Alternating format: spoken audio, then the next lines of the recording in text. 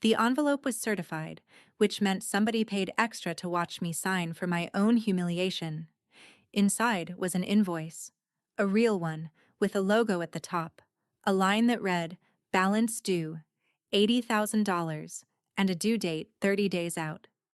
My mother-in-law had mailed it 4 months after the divorce was final. At the bottom, in her tight blue cursive, she'd written the one line that told me everything about the family I'd married into. Family pays its debts. I didn't call a lawyer first. I opened a green folder I'd kept for 7 years. What I mailed back 48 hours later made the certified letters stop for good. Welcome back to Calm Drama Stories, where the quietest person at the table often keeps the most careful records, and where a soft voice can settle the loudest debt.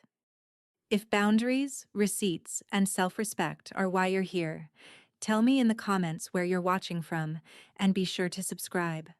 My name is Anna Ashford, I'm 34, and I keep books for a living. This is the invoice that changed everything. I read that invoice 3 times standing at my kitchen counter. The first time, I laughed. A short, dry sound that didn't have much left in it. The second time, I noticed the details. Because details are my job. There was an invoice number, a date, a line item that said wedding services rendered, as if my marriage had been a catering order she was still waiting to be reimbursed for. The third time, I set it down and watched my own hand, and my hand was shaking. Not over the money. I want to be clear about that from the start. $80,000 is a serious number, but I've stared down serious numbers my whole career and never once flinched. What shook me was smaller and worse. Marlene had taken 7 years of my life and reduced them to a single line that said balance due. 7 years of holidays and hospital waiting rooms and quiet transfers I never mentioned. She had turned all of it into a bill. I stood there long enough for the coffee to go cold. Then my phone buzzed against the counter and I almost didn't look, because I already knew that tone in my chest that says the day isn't done with you yet. It was a text from Bethany, Grant's younger sister. 3 little dots, then a message that landed like a slap.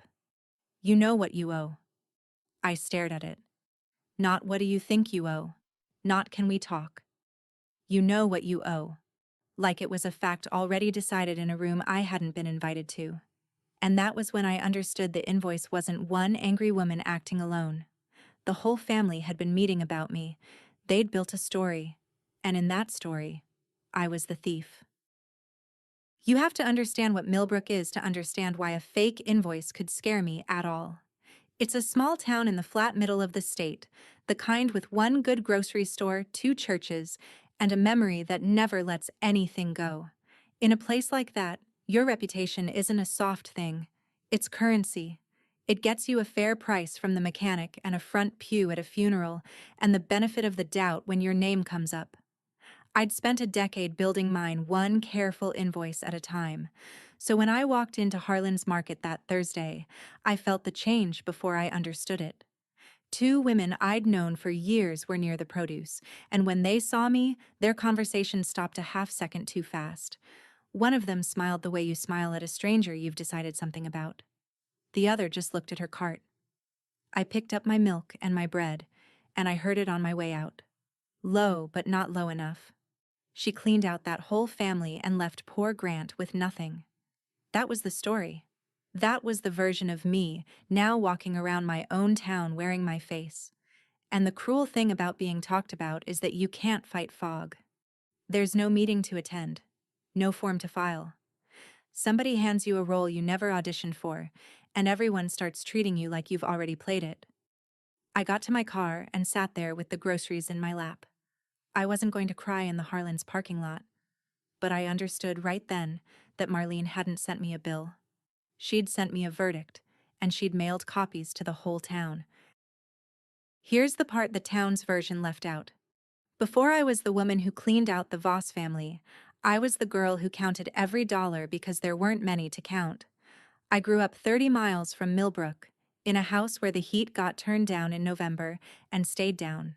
My mother worked 2 jobs. My father was gone. I learned early that numbers don't lie and people do, and I decided I'd rather trust the numbers.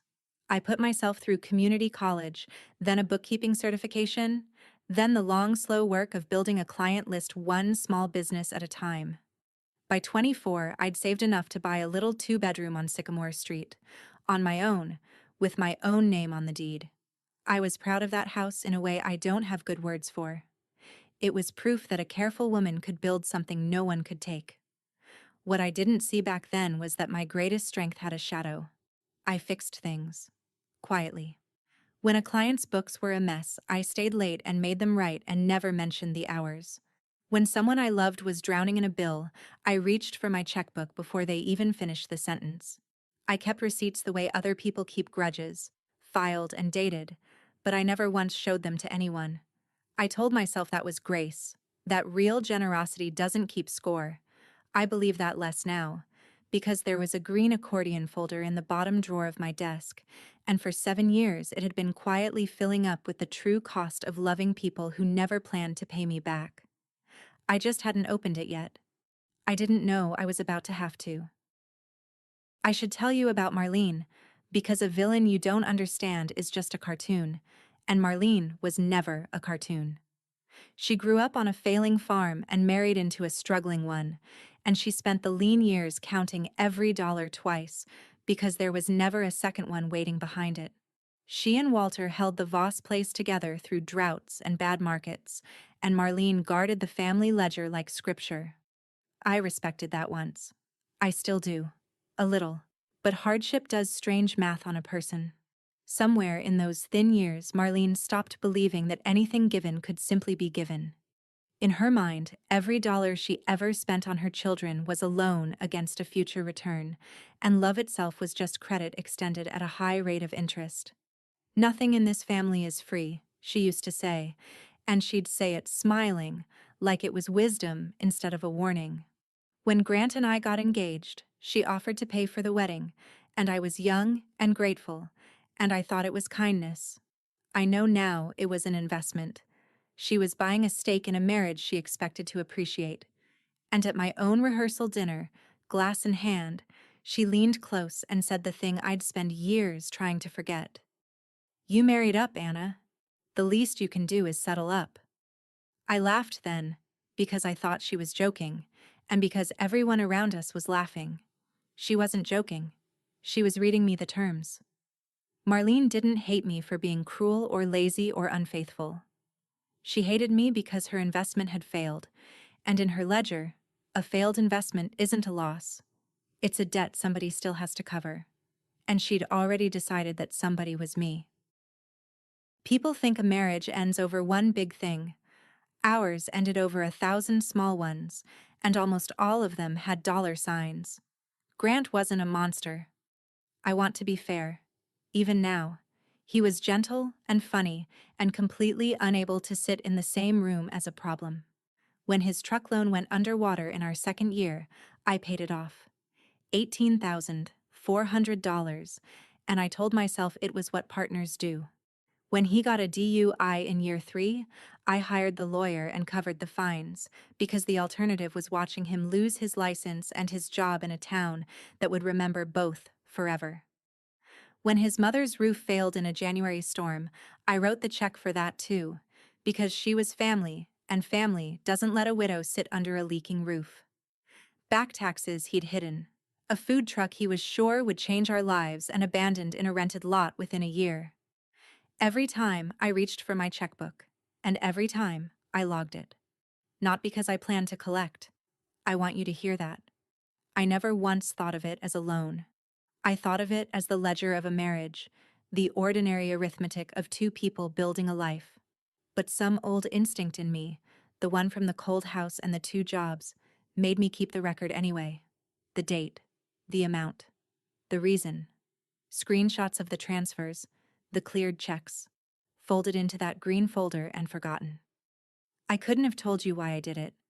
I only knew that a woman who grew up watching numbers save her didn't throw a receipt away. It turns out the instinct I was almost ashamed of was the only thing that would save me. I didn't leave Grant in a blaze. There was no screaming match, no thrown ring, no cinematic betrayal for the town to chew on. What happened was quieter and, I think, sadder. I woke up one morning at 33 and realized I had been the only adult in my own marriage for years, and that I was tired in a way sleep couldn't touch. The last straw wasn't dramatic either. It was a joint account. Grant had let his mother talk him into moving money out of our shared savings to cover one of her farm expenses without telling me, and when I found out, he didn't even see the problem. She needed it, he said. Like that settled it. Like our savings were just Marlene's reserve fund with a delay built in. I sat with that for a long time. Then I did what I always do. I got organized. I met with a lawyer. I gathered our records. And I filed cleanly, fairly, asking for nothing that wasn't already mine. I kept my house on Sycamore, because it had always been mine. I didn't touch the farm. I didn't ask Grant for a dime, not even the tens of thousands sitting in that green folder. I just wanted out with my dignity intact. The judge signed the papers on a gray Tuesday in March, and I drove home to my own quiet house and thought, that's the end of it. I believe the divorce was a door closing softly behind me. Marlene believed it was the day her billing cycle finally came due, and 4 months later, a certified envelope landed on my counter to prove which one of us had understood the situation. I'd thought signing the papers ended things. She'd thought signing the papers meant it was finally time to invoice. The morning after the invoice came, I called Rebecca Hale, the attorney who'd handled my divorce.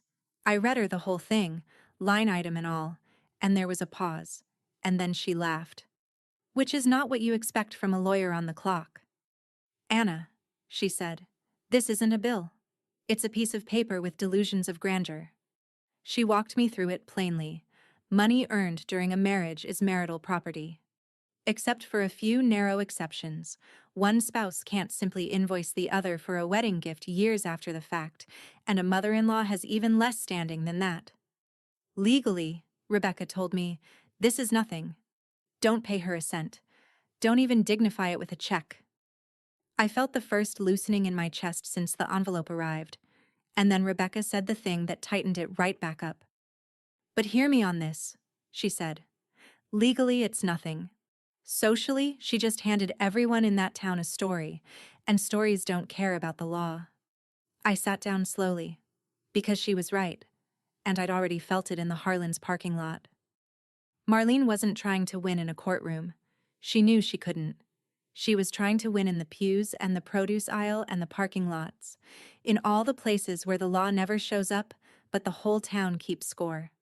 A judge would throw her invoice out in 10 minutes, but no judge could stop Bethany's whispers, or make those two women at the market meet my eyes again. The debt wasn't real. The verdict was. And I understood, hanging up the phone, that if I wanted my name back, I couldn't fight this where Marlene was weak. I'd have to answer her where she thought she was strong. The second letter came 9 days later, and it was dressed up nicer than the first. Where the invoice had been all Marlene, this one wore a costume. It was typed on heavy paper, full of phrases like outstanding obligation and good faith resolution, and it was signed by Dale Renner, paralegal.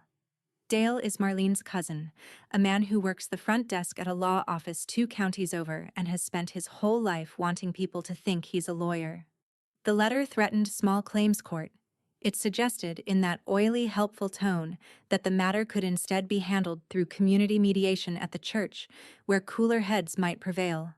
I read it twice and felt my stomach drop, not because it scared me legally, but because I saw the shape of the plan now. Marlene wasn't going to sue me. Dale's letter was theater, a prop designed to make the invoice look official enough that reasonable people would assume there must be something to it. And the mention of the church wasn't an accident. That was the real venue. They were going to pull the whole congregation into it, wrap the shakedown in the language of family and faith, and count on me being too proud or too tired to show up and defend myself. It was clever. I'll give Marlene that. She'd found the one arena where her weakness didn't matter and mine did, where a widow with a grievance beats an ex-wife with a deed every single time. Dale's signature sat at the bottom of the page like a smudge. I set the letter next to the invoice on my desk, 2 exhibits in a case being tried in a court with no rules, and I realized they weren't done building their story. They were about to give it a stage.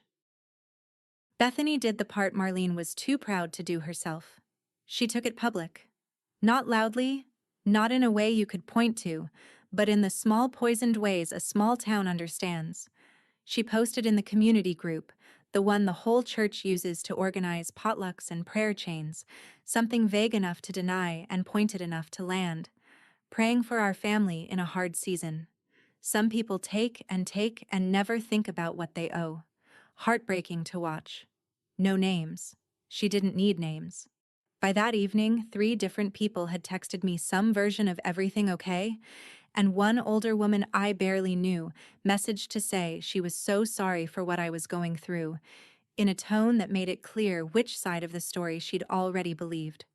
I sat on my couch, and I felt the old heat rise up my neck, the urge to defend myself, to type out the whole truth in a long, furious post and hit send. I actually started writing it, paragraph after paragraph, every dollar, every year, every quiet check I'd written for people who were now calling me a thief. My thumb hovered over the button, and then I stopped, because I heard my own voice in my head, the one that's kept me steady my whole life. I don't argue with numbers people, I thought. I show them the numbers. Bethany wanted a fight in the comments, a mud wrestle where the loudest and most wounded-sounding person wins. That was her weapon and her mother's, the public performance of grievance. It had never been mine. I deleted every word I'd written. Then I closed the app, and I opened the bottom drawer of my desk, and for the first time in years, I took out the green folder. I want to tell you about the choice I made that night, because it's the whole hinge of this story. I could have fought Marlene the way she was fighting me.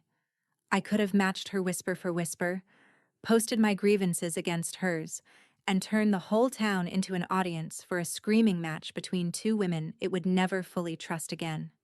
That's what she expected. That's what the trap was built for. But I've spent my life learning a simple truth about conflict. You don't beat someone by picking up their weapon. You beat them by using yours. Marlene's weapon was noise, shame, the fog of a story with no proof behind it. Mine was the opposite, and it always had been. Documentation. Cold, dated, undeniable fact. So I made a decision, sitting there with the green folder in my lap. I wasn't going to defend myself. Defending yourself sounds guilty. I was going to account for myself, which sounds like nothing until you see it done right. I picked up the phone and called Tom Beck, an accountant I've traded work with for years, a man as allergic to exaggeration as I am. I told him what I needed. I want a formal itemized statement, I said. Everything I ever paid on behalf of that family.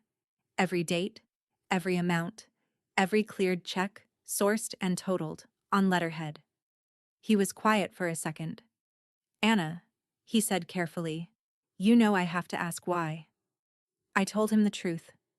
Because someone sent me a bill, Tom. I'm just going to make sure the account is complete. He said he'd have it in a few days. I hung up and looked at the folder, thick with 7 years I'd never let myself add up. I still didn't know the total. I was about to find out. Opening that folder was harder than I expected. It's a strange thing, to sit down and finally count what your kindness cost. I spread the contents across my dining room table under the good lamp, the way I do a client's shoebox of receipts, and I made myself go slow. There were bank statements with lines highlighted in yellow, printed confirmations of transfers, photocopies of cleared checks, front and back, the endorsements in Grant's loose hand and Marlene's tight one. There were notes I'd written to myself, just dates and amounts and a word or two of reason, in the shorthand only I can read. 7 years of it. I'd filed each piece the night I paid it and never looked at any of them again, and seeing them all together now was like meeting a version of myself I'd been trying not to know. She was so generous, that woman in the paperwork, and she was so quiet about it that the people she'd rescued had convinced themselves it never happened. I sorted the pages into stacks by year, then by person, my hands moving on their own the way they do when the work is familiar and the feeling underneath it isn't. Truck, lawyer, roof, taxes, food truck, tuition, funeral. each stack a small monument to a time I'd decided love meant covering the difference. I was almost steady, almost in the clean, cold rhythm of the numbers, when I reached the bottom of the folder and found something I'd forgotten was there. A single sheet, older than the rest, tucked flat against the back so I hadn't seen it in years. My hand stopped. I pulled it out, and I read one line written in a hand that wasn't mine, and I had to sit all the way down on the dining room floor. The sheet was a receipt from the Millbrook feed store, 5 years old, soft at the folds. On the front was an ordinary list of fence supplies. On the back, in blue ink gone faint, was a single line in Walter Voss's handwriting. "Keep your receipts, Anna. Kindness and proof were never enemies."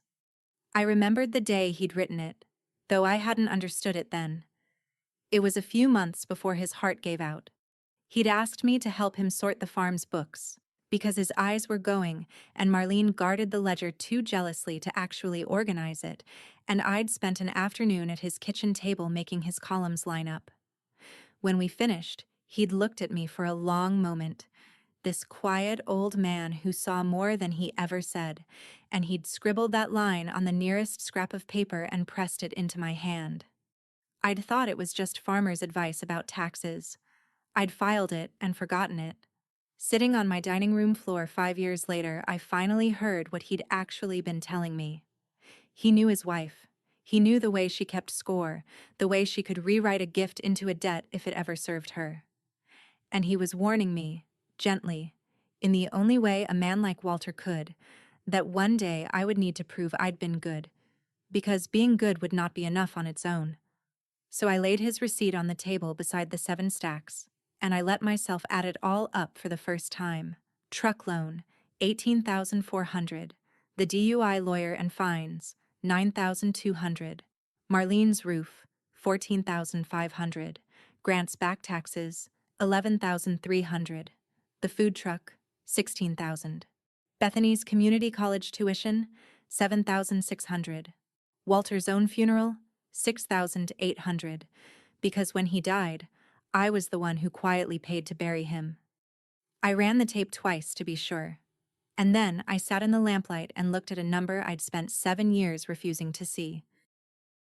Tom Beck called 2 days later, and his voice had a careful flatness I recognized, the sound of a numbers person delivering a number that means more than it says. I ran it 3 times. "Anna," he said, "cross-referenced every check against the statements. It all sources." He read me the total, and I already knew it, because I'd run the same tape on my dining room floor, but hearing it in his steady voice made it real in a way my own math hadn't. $83,800. I sat with the phone against my ear and did the one piece of arithmetic that mattered. Marlene had billed me for $80,000. Over 7 years without ever being asked, without a single word about it, I had already paid that family $83,800. I hadn't just covered her invoice. I'd overpaid it by $3,800, years before she ever wrote it. There's a particular silence that lives inside a fact like that. Not triumph. I didn't feel like celebrating. It was closer to vertigo, the floor of the whole story tilting under me. Everything I'd been called reversed in a single line. She cleaned out the family. That's what the town believed. And the truth, sourced and dated and sitting in a folder, was the exact opposite. I was the one who'd kept them afloat. I was the difference between the Voss family and the version of it that lost the farm. Tom asked me quietly what I wanted him to do with the statement. I told him to put it on letterhead, sign it, and send me 2 clean copies. Then I hung up and stared at the number until it stopped looking like an accusation and started looking like an answer. Now I only had to decide how to deliver it. I'm not going to pretend I was above wanting to burn it all down. I had the receipts now. I had a number that made Marlene's invoice look like a lie told in broad daylight, which is exactly what it was. And I had the same community group Bethany had used to poison my name, sitting right there on my phone, waiting. I could have posted all of it. The statement, the cleared checks, the funeral I'd paid for while they called me a thief. I could have written one devastating post and let the whole town watch the Voss family's story collapse under the weight of its own arithmetic. I got as far as opening the app. I even had the photo of Tom's statement ready to attach. My thumb sat on the screen for a long, ugly minute while I imagined it, the comments turning, the vindication, Marlene finally feeling the exact thing she'd made me feel in that parking lot. And then I closed it. Not because I'm a saint. I want to be honest about that. I closed it because I finally understood the trap all the way down. Public shaming was her weapon, not mine. The second I posted, I became just another woman screaming her grievance into a town that would file both of us under messy and move on. The truth would get lost in the noise, which is the only place a lie like Marlene's can survive. No. If I was going to answer her, I'd answer her with the truth, out loud in front of witnesses, but on my terms, in a way no one could reduce to a comment thread. I wanted an audience too. I just wanted the truth to be the one on stage, not my temper. I put the phone down, and 2 days later, the invitation came that gave me exactly the room I needed. The invitation came through Grant, which was its own kind of cowardice, a text from a man too soft to call. Mom's doing the farm's 40th anniversary dinner at the church hall Saturday, he wrote. Whole family, lot of folks from the congregation. She thinks it'd be good if you came and we settled things like adults. I read it 3 times, and each time I understood the plan a little better. Marlene wasn't inviting me to make peace. She was building a courtroom and calling it a celebration. 40 years of the Voss farm, the widow who'd held it all together, the whole congregation gathered to honor her. And there, in the middle of it, the ungrateful ex-wife who owed the family $80,000. She'd stand up in front of everyone she'd spent 9 days preparing, and she'd raise the debt gently, sorrowfully, the way she does everything, and she'd count on the crowd and the candles and my own pride to do the rest.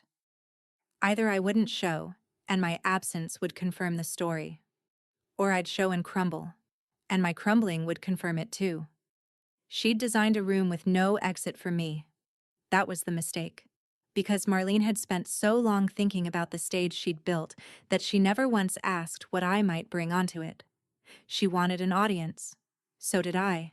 And for the first time in months, our interests lined up perfectly. I texted Grant back something short and calm. Tell your mother I'll be there. Then I set my phone down and looked at the 2 clean copies of Tom's statement sitting in their crisp envelopes on my desk, next to a single page from Rebecca I'd asked her to write. She wanted an audience. So did I. But for a very different show. Before I take you into that church hall, let me say something to you directly, because I know some of you are sitting there wanting to reach through the screen and tell me to just pay it and be done. Believe me, I understand tired. I understand wanting the quiet more than you want the truth. But there's a difference between keeping the peace and letting someone rewrite your whole life, and I'd already lived on the wrong side of that line for 7 years. If you've ever been billed for your own kindness, type receipts in the comments, because I promise you're not alone, and stay with me, because the folder isn't the twist. The dinner is. That week, I prepared the way I prepare for anything that matters. Not with anger, with order. Tom's statement came back exactly as I'd asked, on his firm's letterhead. Every line item dated and sourced, the total in bold at the bottom, copies of the cleared checks attached behind it like a spine. It was, I'll admit, a beautiful piece of work, in the way a thing is beautiful when it's simply and completely true. I asked Rebecca for one more page, a short plain letter on her firm's letterhead stating that the invoice I'd received had no legal standing whatsoever, that marital funds are not a debt one family member can bill another for years after the fact. I wasn't going to lead with the law, but I wanted it in my hand in case anyone in that room mistook Marlene's paper for something real. I slid both documents into 2 envelopes and set them by my keys. I laid out my clothes the night before. Nothing fancy. The kind of plain good clothes you wear to church. And Saturday evening, I drove to the church hall with the truth-writing shotgun. The church hall was done up the way that church does everything, warm and a little worn, folding tables in long rows under the yellow lights, the smell of church coffee and roast chicken thick in the air. There was a banner over the stage, celebrating 40 years of Voss family farm. Marlene had spared no effort. She sat at the head of the longest table like a matriarch holding court, and when I walked in, I watched the news of me travel across the room in a wave, heads turning, conversations dipping, the particular hush of a lot of people pretending they weren't waiting for exactly this. Bethany saw me and gave a small, tight smile, the smile of someone who thinks she's already won. Dale Renner was there too, hovering near Marlene with a folder of his own, playing lawyer. And Grant. Grant was near his mother, and when our eyes met, he looked away so fast it was almost a flinch. I found a seat near the middle of the room, not hiding in the back, not charging the front. I set my small stack of envelopes on the table in front of me, and I folded my hands, and I waited. I want you to picture the whole room in that moment, because Marlene had staged it perfectly. Every face was arranged to watch a widow gently ask a thief to do the right thing. They were all so sure of the play they were about to see. I sat in the middle of it, calm as a Sunday, and I felt something I hadn't felt since the certified envelope hit my counter. I felt steady. Because for the first time, I knew something the whole room didn't. And Marlene, rising now from the head of the table, tapping her water glass with a spoon, had no idea she was about to hand me the floor. Marlene stood, and the room went quiet the way rooms do for her, out of respect and a little bit of fear. She thanked everyone for coming. She talked about Walter, about 40 years of dawns and droughts and holding on, and she was good. I'll give her that. Her voice catching in all the right places. And then she turned, slow and sorrowful, until she was looking right at me, and the whole hall turned with her. I didn't want to do this here, she said, in a voice pitched to Carrie. But this family has always believed in handling things honestly, in front of the people who matter. Anna, you know why the Lord put this on my heart tonight. I paid for your wedding. $80,000 out of a widow's savings because I believed in you. And when you left my son, you left that debt behind you like it meant nothing. She let it hang there. A few people shifted. Somewhere behind me, someone murmured. I have prayed on it, Marlene went on, and I keep coming back to the same simple truth. Family pays its debts. That was the line. Her line, the one from the bottom of the invoice, now spoken out loud in front of the whole congregation, dressed up as faith and grief, and a widow's wounded love. It was masterful, honestly. Half the room was already nodding. She'd made herself the picture of dignity, and me the picture of a woman who'd stolen from a grieving mother. Then she folded her hands and looked at me with something almost like tenderness, the cruelest part of all, and she said the words that were meant to break me. So I'll ask you, in front of everyone, when are you going to make it right? And every face in that hall turned to watch me fall apart. I stood up slowly. Not fast, not defensive, just a woman getting to her feet in a quiet room. I could feel every eye on me, waiting for tears or shouting, for the guilty flush or the ugly outburst that would prove Marlene right. I gave them none of it. I've learned that the calmest voice in a loud room is the one people finally lean in to hear. Thank you, Marlene, I said, and my voice came out even and clear. You're right about one thing. In fact, you're right about the most important thing. And I paused, and I let the room hold its breath, because I could feel her bracing for a fight she was sure she'd win. Family pays its debts, I said. I believe that too. I've always believed that. Something flickered across Marlene's face then, the first crack, because she'd expected me to deny it, to argue the invoice, to make myself small and defensive. Instead, I'd agreed with her, and agreement was the one move she hadn't prepared for. I reached down and picked up the first of my envelopes, and I held it lightly, unhurried, the way you hold something you're certain of. You paid for my wedding, I said, and I won't stand here and pretend you didn't. That was real, and it was generous, and I've never once forgotten it. A few people relaxed, thinking this was the part where I surrendered. Marlene's chin lifted, victory already gathering in her posture. But before I open this, I said, and I looked around the room now, at all of them, the neighbors and the cousins and the congregation she'd assembled to watch me lose.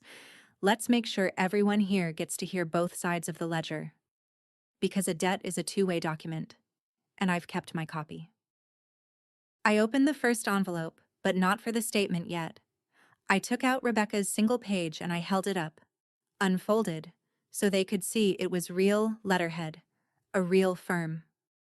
I'm not going to bore you with lawyer talk, I said, because I didn't come here to hide behind it. But since there's been an invoice going around and a letter from a paralegal threatening court, I think you all deserve to know what my attorney says about it. I read it plainly, just the heart of it. That money earned during a marriage belongs to both spouses. That there is no legal basis, none, for one family member to bill another for a wedding gift after a divorce. That the invoice I received would be dismissed in any courtroom in this state in about 10 minutes. I lowered the page. Across the room, I watched a few faces change. Dale Renner suddenly found something fascinating about his own shoes. Two of the older men who'd been nodding along with Marlene now glanced at each other, the way people do when they realize they've been cheering for the wrong team. Marlene's expression hardened, because she knew this part. Of course she did. She'd never believed the invoice would hold up in court. That was never the point. But I want to be clear with all of you, I said, and I set Rebecca's letter down. I didn't come here to win a legal argument. I could have thrown that invoice in the trash and never thought about it again. Marlene keeps talking about a debt, about setting things right, about what family owes. So let's actually do that. Let's settle the account. All of it. And I reached into the second envelope, and I took out Tom's statement, and the whole room went still. I unfolded Tom's statement and I read it out loud, slowly, one line at a time, the way you read a verdict. I told you I keep books for a living, I said. So when Marlene sent me a bill, I did what I always do. I made sure the account was complete. Here's everything I paid for this family over 7 years. Every dollar sourced, every check cleared, prepared and signed by a licensed accountant. And then I began. Grant's truck loan, when it went underwater. $18,400. I let it land, then went on. The lawyer and the fines, after his DUI. 9,200. I heard the first intake of breath somewhere to my left. Marlene's roof, the winter it failed. 14,500. That one turned heads, because half these people had sat under that roof. Grant's back taxes, the ones he hid. 11,300. The food truck. 16,000. With each number, a face in the room dropped, the story they'd walked in with quietly coming apart. Then I reached the line I'd been dreading and needing. Bethany's tuition, I said, and I looked at her. At the community college she finished. $7,600. Bethany went white. Her mouth opened and nothing came out because she was the one who'd written Some People Take and Take, and now the whole room knew who'd paid for her degree. There was one line left. The hall had gone so quiet I could hear the coffee urn hissing at the back. Marlene was standing very still, her victory draining out of her posture inch by inch, and Grant had his eyes fixed on the table like a man watching his own house catch fire. One more, I said, and this is the one I need you all to hear. I looked down at the last line of Tom's statement, and then I looked up, because this one I didn't need to read off the page. When Walter died, I said, and my voice stayed level even though his name still costs me something, this family didn't have the money to bury him. I know that, because I'm the one who quietly paid for it. His funeral. $6,800. Somewhere in the room, a woman put her hand over her mouth. Marlene made a small sound, like the breath had been knocked out of her, because of everything on that page. This was the one she'd never counted on, the one she'd let herself forget. I gave the room a moment. Then I brought it home the only way a bookkeeper knows how. So let's add it up, I said, the way Marlene wants. Truck, lawyer, roof, taxes, food truck, tuition, funeral. $83,800. That's what I paid this family, without ever once sending a bill. I let the number sit in the air. And then, gentle as anything, I closed the account. Marlene, you billed me for $80,000. Years before you ever wrote that invoice, I'd already paid $83,800. So by your own math, the one you keep preaching, family pays its debts. This family doesn't owe me an apology. It owes me $3,800. The silence after that was the loudest thing I've ever heard. Nobody moved. Bethany was staring at her lap. Grant had gone gray. And Marlene, who had built this whole room to watch me kneel, stood at the head of her own celebration with her mouth working and no sound coming out, until something behind her eyes finally broke, and she reached for the edge of the table and she began to come apart. Marlene's composure went all at once, the way a dam doesn't leak before it breaks. "How dare you?" she said, and it came out low and shaking, then climbed. "How dare you stand up in my family's celebration and humiliate me like this?" Her hand slapped the table. "This is private. This is family business. You have no right." But the room wasn't with her anymore, and she could feel it, and that was what undid her. The more she raised her voice, the more the hall tilted toward me, because everyone there had just watched the widow's grief turn out to be a bill, and the thief turn out to be the woman who'd buried her husband. She turned on the congregation, wild now. "You're going to believe her? A woman who abandoned my son?" She twisted paper. She made it sound good. That's what her kind does. Her kind. The words hung there, ugly, and I watched two families' worth of neighbors quietly decide they'd heard enough. And then, into the middle of his mother's unraveling, Grant finally spoke. "Mom," he said, barely above a whisper. "Mom, stop." He stood, and he wouldn't look at her, and he wouldn't quite look at me either. "She's right," he said. "It's all true. Every dollar. Anna paid for all of it." The room heard him. Marlene heard him, and it hit her harder than anything I'd said, her own son confirming the account in front of everyone. Grant turned to me then, and for 1 second I saw the man I'd married, the gentle one, the one who was never cruel, only weak. "You never should have had to carry any of that," he said, quiet and true, and 5 years too late. And I'll be honest with you, it landed. Something in me ached at it, but I noticed what he did next, or rather, what he didn't do. He didn't come stand beside me.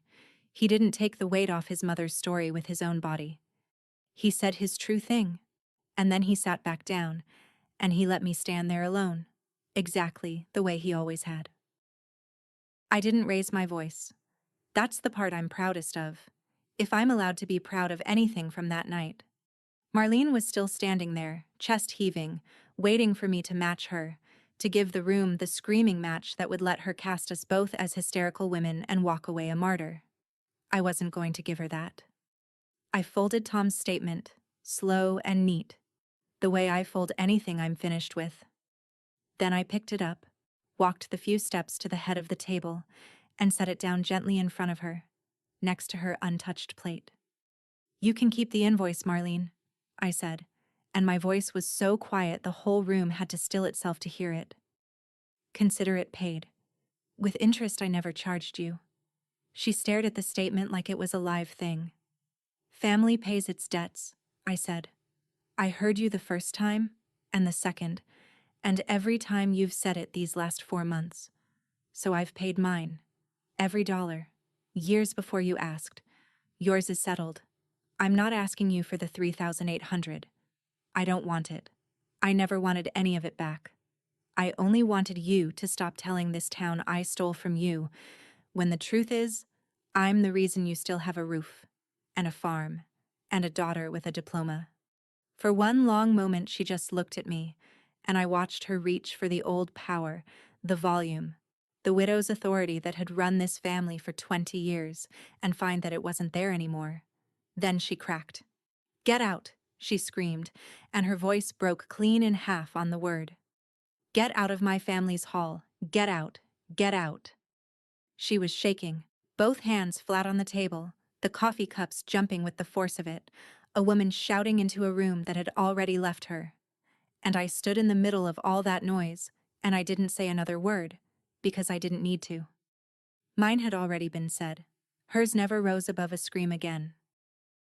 I turned to go, and that's when the room told me everything I needed to know. An older woman near the aisle, someone I recognized from years of Sunday mornings, stood up quietly and got my coat from the rack before I reached it, and held it out for me the way you'd help a friend, not a stranger. It was a small thing.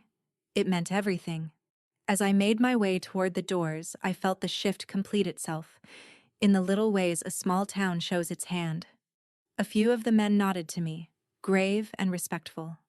A woman touched my arm and said, soft enough for only me, "God bless you, honey," in a voice with no doubt left in it. Nobody looked at Marlene. That was the loudest verdict of all.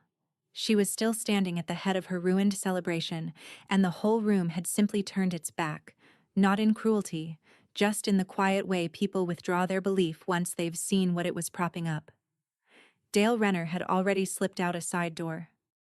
Bethany sat frozen, staring at the table where the truth about her tuition still hung in the air. And Tom's statement lay in front of Marlene, untouched, because not one person in that hall was willing to pretend anymore that she was owed a thing. I pushed through the double doors into the cool night, and the sound of the hall fell away behind me. My car was in the gravel lot under a sky full of stars, patient and ordinary, and I walked to it with my coat over my arm and my hands, for once, completely steady. I got in. I sat for a second in the quiet. And for the first time since a certified envelope landed on my counter and told the whole town I was a thief, I took a full breath, all the way down, and let it out. I drove home through the dark, past the fields and the shut-up stores, back to my own little house on Sycamore Street with my name on the deed. On the passenger seat beside me sat the green folder, the whole 7 years of it, and Walter's soft old receipt tucked back inside.